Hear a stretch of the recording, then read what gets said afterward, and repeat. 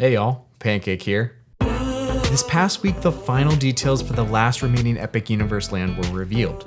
So today, we're going to take a look at what this new Harry Potter themed land will entail, and also take a peek at a rumored mind-blowing feature to this theme park that looks to have just become a reality. So come along and let's check it all out.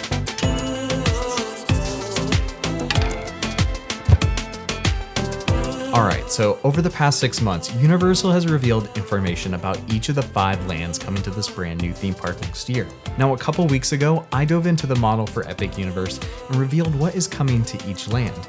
If you missed that, you can find it up here, but at that time, we still hadn't received the final details about this land called the Wizarding World of Harry Potter, Ministry of Magic. But this past week, we finally got the announcement and some of the concept art of what we can expect to see, and boy oh boy, does it look neat. So they basically are breaking this land into 2 time periods, the 1920s and the 1990s. Now, when you first walk into the land, you will be transported back to the 1920s, set in Muggle Paris, aka normal Paris. But then, once you cross under the replica of the Porte Saint-Denis, that will take you into Wizarding Paris from the Fantastic Beasts film, also what they're referring to as Place Cachée. On the backside of this will be this gorgeous detailed golden phoenix statue. Then I think the thing that will be an instant wow moment is just the scale and size of these buildings. You know, according to Universal, the shortest building within this land will be taller than the tallest building within their other Harry Potter themed land at Universal Studios, Diagon Alley. And if you've been to Diagon Alley, you know being in that land feels so immersive, you know, with just how those buildings tower over you. So I can't wait to just be standing there surrounded by these highly themed structures. It's gonna be incredible.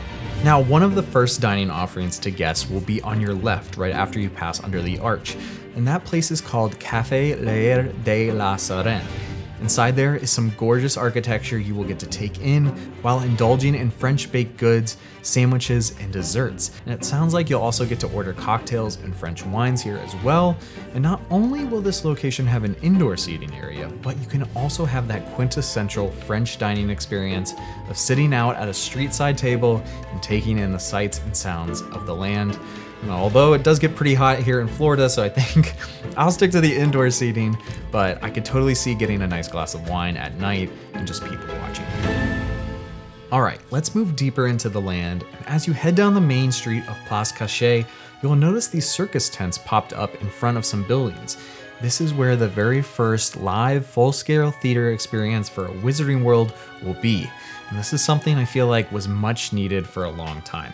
You know, we've seen some smaller pop-up performances within the Wizarding lands, but nothing to this scale with a dedicated theater space. You know, the show is called Les Cirques Arcanous, and it features live performers, aerialists, puppetry, brilliant special effects, and more to take guests on a whirlwind journey where they'll encounter fantastic beasts like never before. It sounds like the premise is the ringmaster of this circus has stolen the suitcase of Newt Scamander, who is from the Fantastic Beasts film. That suitcase of his holds a lot of those fantastic beasts and creatures. The ringleader hopes to revive the circus act of his with these creatures and hopes to bring people in. I guess things go wrong, of course, and it's up to one of the circus employees to rescue the creatures.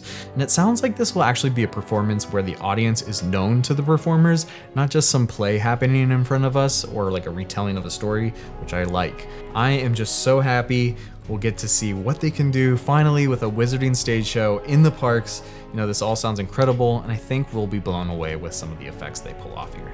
Once we left that show feeling inspired and wanting to flex our wizard skills off, we're going to need a wand to cast those spells. And just like Hogsmeade at Islands of Adventures and Diagon Alley at Universal Studios, Place Cachée will also have its own wand shop, but this time with a little French flair. At the premier Persian wand shop, Cosme Acajor Baguettes Magiques, guests will get to purchase exquisite wands unique to the land that will come in some special 3-sided boxes. It also sounds like if you're more interested in some of those more classic wand designs that you can find at Ollivanders, they will also have those here too. I feel like these wands are going to have a more bougie, fancy kind of design. Hopefully, though, without an increase in price to go along with it. The photos of the store look really beautiful though, and if they do a similar wizard choosing the wand experience here, like they do over at Ollivanders, it'll be interesting to see how it differs in the performance. So now that you have your wand, just like the other lands, they will have interactive experiences scattered throughout Pla's Cache, like enchanted window displays and more that you can use your wand to cast spells on. One of them looks to be opening a suitcase with a cute little niffler inside of it. And currently I don't own any wands yet from any of the other lands, so I think I'm gonna have to get one from this new wand shop because they're really advertising these as like upscale, intricate pieces of art. So I think they're gonna stand out amongst the rest for sure. So I'm gonna have to pick one up from here.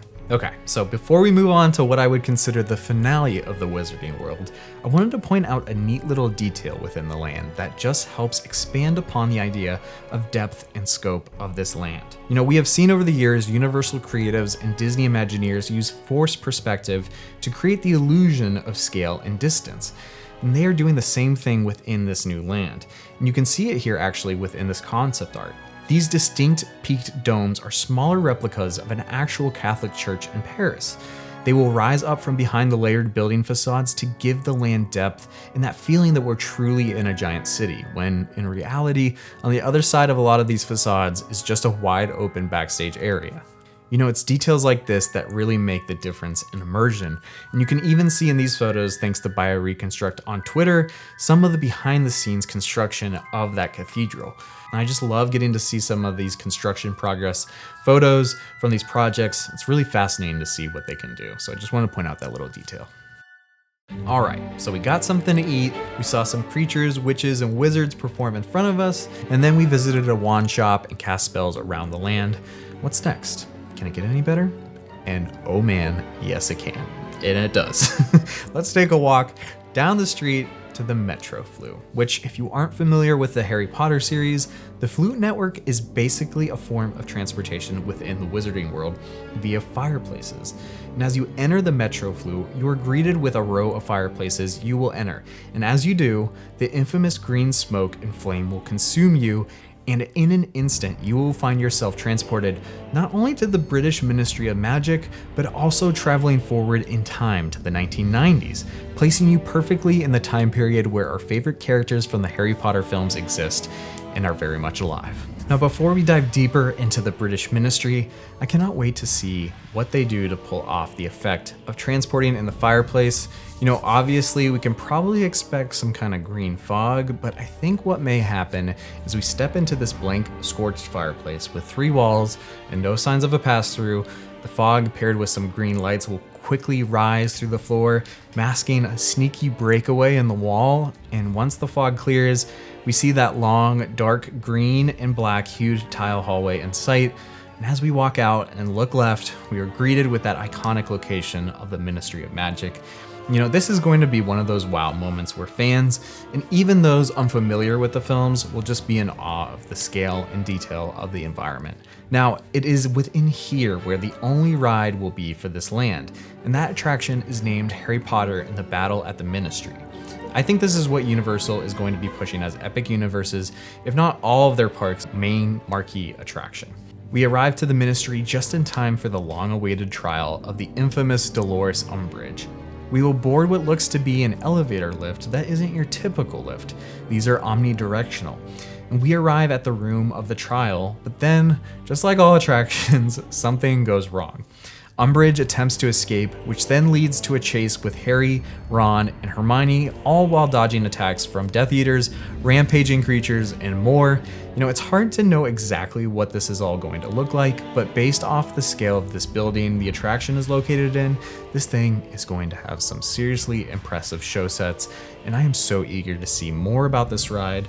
It is rumored to have plenty of animatronics throughout the ride, and I think they even hint at a massive one we could see when in their copy they mention rampaging creatures, but we'll just have to wait and find out. So there are some main highlights of this new land, but I did want to mention a couple other things before we move on. It sounds like there are going to be some roaming entertainment within the land, such as fellow wizards and witches wandering about, There also will be 2 other dining locations, one of which will be tucked into the shadowy corners of the land where dark witches and wizards gather. So I imagine this one will have a more spooky underground feeling, kind of like Nocturne Alley at Diagon Alley. And of course, what Harry Potter land would be complete without a butterbeer cart? You know, it's funny, in one of BioReconstruct's photos, you can actually see they have a giant billboard above one of the buildings advertising butterbeer, or in French, bière beurre? I totally butchered that, but thought I'd give it a shot. Now, let's move on to a really exciting development that reared its head just this past week. As you know, one of the lands coming to Epic Universe is a land based on How to Train Your Dragon. Now, this land will let you step into Isle of Berk and feel like you were in the movie. There's going to be animatronic dragons sitting around the land, a replica of the Mead Hall, but Universal said that's not enough. We had heard rumors a while ago that they were possibly working on some technology to get some air-soaring, wing-flapping dragons flying overhead the land, and y'all, the rumors were true. Please, before you watch this video, go show Adventuring with Annie on X or Twitter some love. You can find the handle here. They were the ones that captured the first footage of this happening, and kudos to them because this just made the whole community so hyped. And here it is. I know it's not super close up, but that's a freaking dragon, not only flying, but flapping its wings over Epic Universe.